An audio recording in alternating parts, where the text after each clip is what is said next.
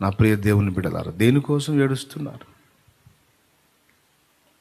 సినిమాలు చూసి కొంతమంది ఏడుస్తారు, సీరియళ్ళు చూసి కొంతమంది ఏడుస్తారు, రకరకాల కారణాల చేత ఏడుస్తారు. కన్నీళ్ళు వేస్ట్. చీటికి మాటికి కొంతమంది ఏడుస్తూ ఉంటారు. అవసరం ఉన్నదానికి ఏడుస్తారు, అవసరం లేని దానికి ఏడుస్తుంటారు. ఊరికే కన్నీళ్ళు వేస్ట్. నో. దేని కొరకు నీ కళ్ళు కన్నీళ్లు గార్చాలో దాని కొరకు ఖచ్చితంగా కన్నీరు గార్చాలి. అనవసరమైన వాటిని కూర్చుని నీవు ఏడవాల్సిన అవసరం లేదు. మనకిష్టమైన వ్యక్తుల్ని మనం కోల్పోయినప్పుడు ఏడుస్తా ఉంటాం. ప్రభు అంటున్నాడు, చనిపోయిన వారిని కూర్చి నీవు ఏడవవద్దు. వారు నా దగ్గర భద్రంగా ఉన్నారు. అడుగుతాడు, ఎందుకు ఏడుస్తున్నావు అని అడుగుతాడు. నువ్వు ఏడిస్తే దాటిపోడు, ఆగుతాడు. ఎందుకు ఏడుస్తున్నావు అంటాడు. నశించిపోతున్న ఆత్మల కోసం ఏడవాల్సినటువంటి నువ్వు, రోధించాల్సిన నువ్వు, కన్నీళ్లు గార్చాల్సిన నువ్వు, క్షేమంగా నా దగ్గరకు చేరిన వ్యక్తి గురించి ఏడుస్తున్నావేంది? నన్ను నమ్ముట లేదా అని ప్రశ్నిస్తున్నా. లేదా నేను నమ్ముతున్నా. ఆ ఏడుపు మానేసాయి. దేని కొరకు నీ కళ్ళు కన్నీళ్లు గార్చాలో దాని కొరకు ఏడు. దేవునికి స్తోత్రం కలుగును గాక. హల్లెలూయా. ప్రతిదీ దేవుడు పట్టించుకుంటాడు. అడుగుతాడు, ఎందుకు ఏడ్చుచున్నావా? మరి అని అడగల? మగ్దలేను మరి అని అడగల? అయ్యా, నా ప్రభు శరీరం ఎక్కడుందయ్యా? అయ్యో, ఈ గుహలో లేదయ్యా, ఎవరు తీసుకెళ్లారయ్యా? ప్రభు అక్కడ నిలబడ్డాడు. తోటమాల అనుకుంది. అయ్యా, నీవేమన్నా తీసుకెళ్ళావా? ఆయన అడిగాడు, అమ్మా ఎందుకు ఏడ్చుచున్నావు? నువ్వు ఏడ్చేదానికి కారణం ఏంటి? నా ప్రభు శరీరాన్ని ఎత్తుకొని పోయారయ్యా, ఆయన లేకపోతే నేను బ్రతకలేను. నా ప్రభువుని ప్రాణం తీశారు, ఆయన శరీరాన్ని కూడా తీసుకొని పోయారయ్యా, నా ప్రభువు లేడు. ఆమె అమాయకత్వానికి జాలిపడ్డాడు. వాస్తవంగా శిష్యులైతే కోప్పడేవాడు. శిష్యుల మీద కోప్పడ్డాడు. లేఖనములనైనను, ధర్మశాస్త్రమునైనను, ప్రవక్తల వచనములైనను నమ్మని మందమతులారా అన్నాడు. మగ్దలేను నల్ల, ఎందుకు ఏడుస్తున్నావు? నేను చెప్పలేదా? అనేకుల విమోచన క్రయధనముగా నా ప్రాణం పెడతాను, సమాధి చేయబెడతాను, 3వ నాడు తిరిగి లెగుస్తానని నీకు చెప్పలేదా? తెలియదా నీకు? నేనేదో చనిపోయి అంతే ఉన్నట్టు, అందులోనే ఉన్నట్టు, లేదా నన్ను ఎవరో తీసుకొని పోయినట్టు నన్ను ఎవరు తీసుకెళ్తారు?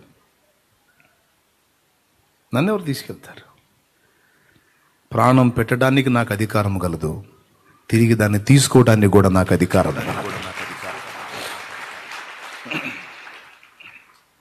నేను ప్రభు కోసం ఏడుస్తున్నానంటే అర్థం లేదు దానిలో.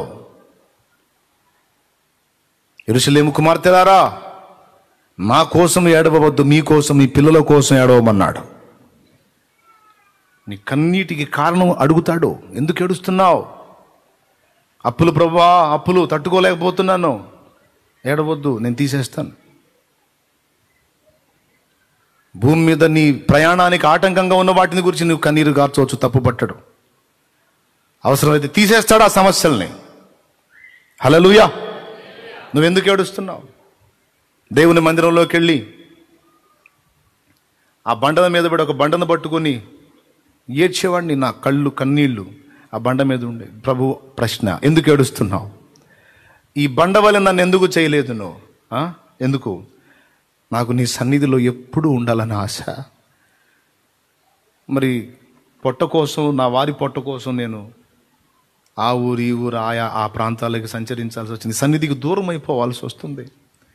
ఏ ప్రాంతాన్ని పోతే ఆ ప్రాంతంలో ఎక్కడ ఉంటే అక్కడ నీ సన్నిధి ఎక్కడుందో వెతుక్కోవాల్సి వస్తుంది. ఒక చోట దొరకట్లేదు.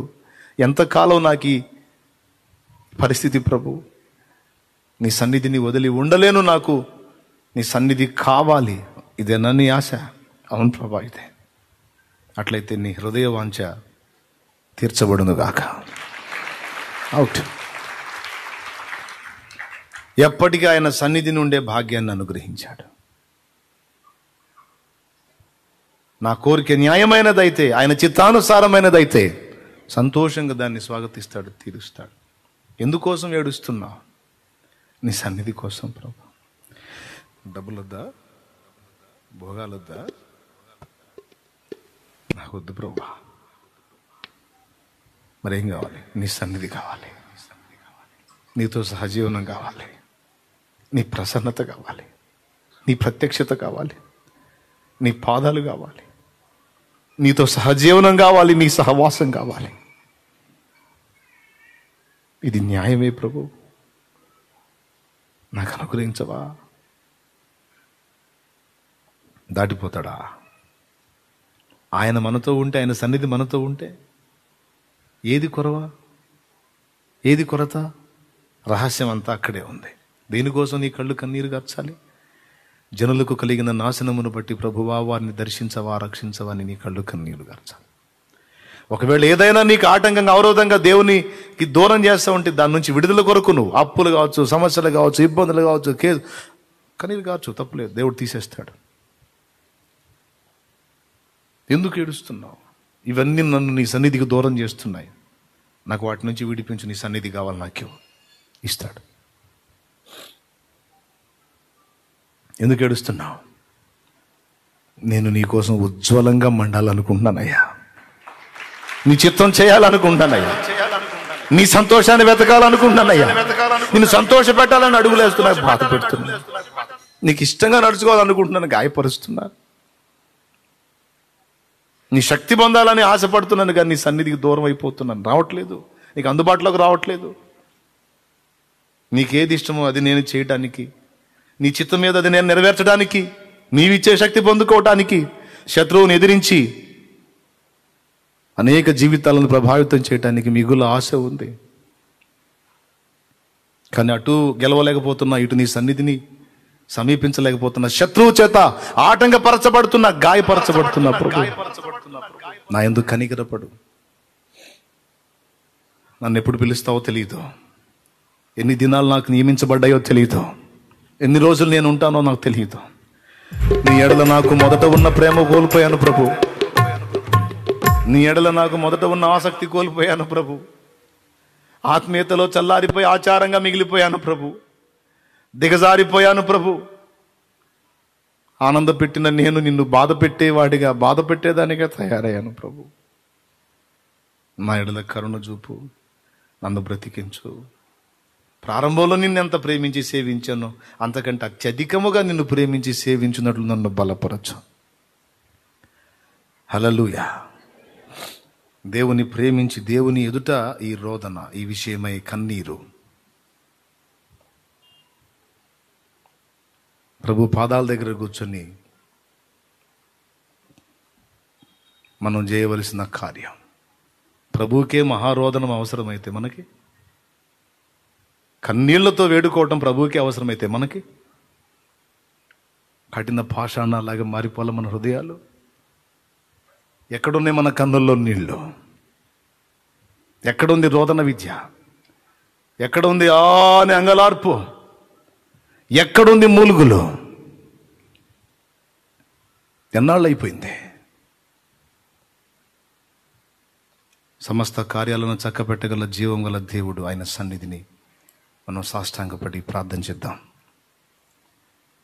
సరిదిద్దుకుందాం. శత్రువు చేతిలో చిత్తుగా ఓడిపోయి బలహీనపడ్డ పరిస్థితుల్లోకి వచ్చావు. కనీసం ఇప్పుడన్నా ఇశ్రాయేలు వలె దేవుని వైపు తిరిగి మొర్రపెట్టు, రోదించో. నీ రోదన దేవుడు వింటున్నాడు, నీ కన్నీళ్ళు ఆయన చూస్తున్నాడు. తన బలహీనత ఏమిటో చెప్పాడు, తన రహస్యం ఏంటో విప్పాడు. నీ రోదన నన్ను ఆపుతుంది, నీ కన్నీళ్ళు నన్ను అడ్డగిస్తాయి. ఇక దేన్ని బట్టి నేను ఆగను. యాకోబు తెల్లవారుతుంది నన్ను పోని ప్రభువా,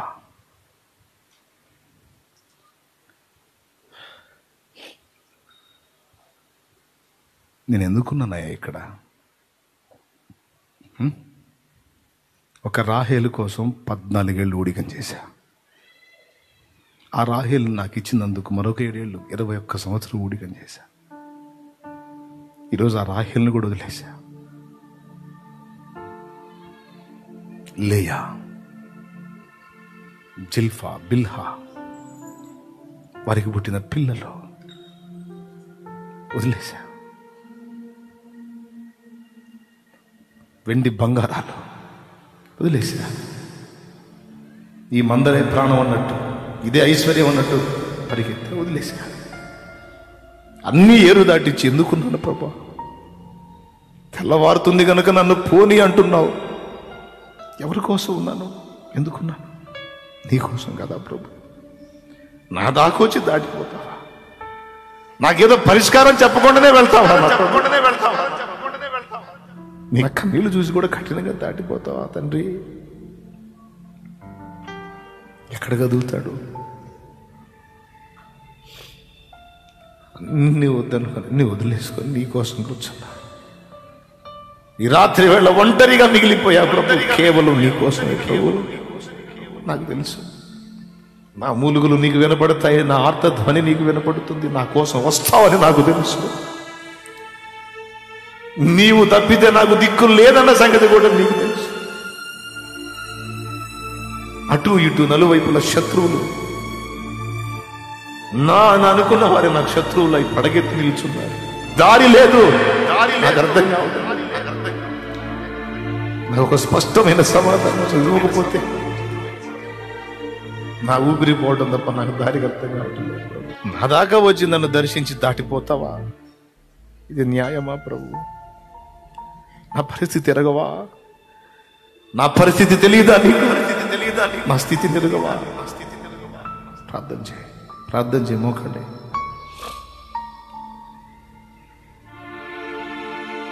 నాకు కన్నీళ్లు చూశాడు, కనికరపడ్డాడు.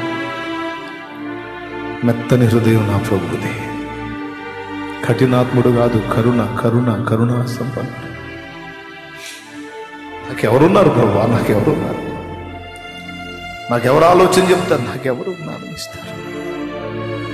నా సొంత తెలివి నా కొంప ముంచింది, నా స్వబుద్ధి నన్ను పాడు చేసింది.